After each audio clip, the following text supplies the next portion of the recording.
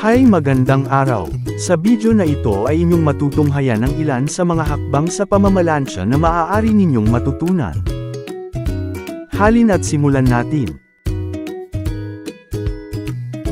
Una sa lahat, ihanda ang mga kinakailangang kagamitan sa pamamalansa ng damit. Ironing board, hanger, plancha, mga damit na paplantsahin, water spray. Ikalawa, tiyaking malinis ang ilalim ng plancha o iron plate.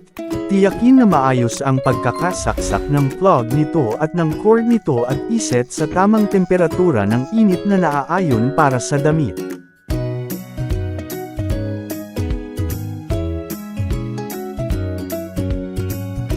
Ikatatlo, ayusin at ilapat ng maayos ang damit at iunat ng sa ganang paraan ay maayos na makakapaghagod ang plancha.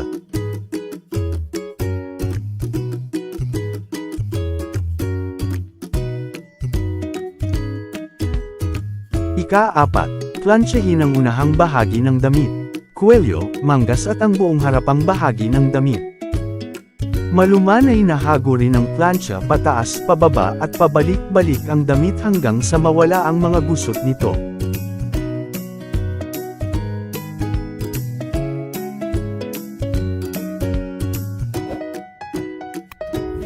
Ika-5, iayos at ilapat din mabuti ang likurang bahagi naman ng damit at planchahin din ito ng maayos.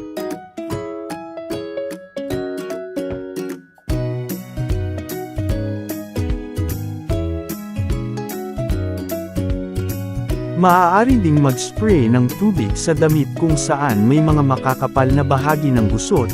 Sa ganitong paraan muling mapapalambot ang tela ng damit at madaling mauunat at maalis ang mga gusot kapag ito'y nadaanan ng plancha.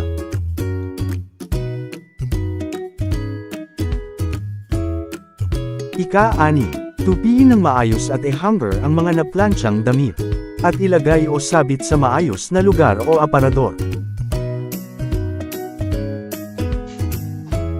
Ika-7, switch off ang plancha at bunutin ang plug nito sa pagkakasaksak at iligpit ito ng maayos kapag ito'y lumamig na. Iligpit din ang mga ibang kagamitan na ginamit sa pamamalansya.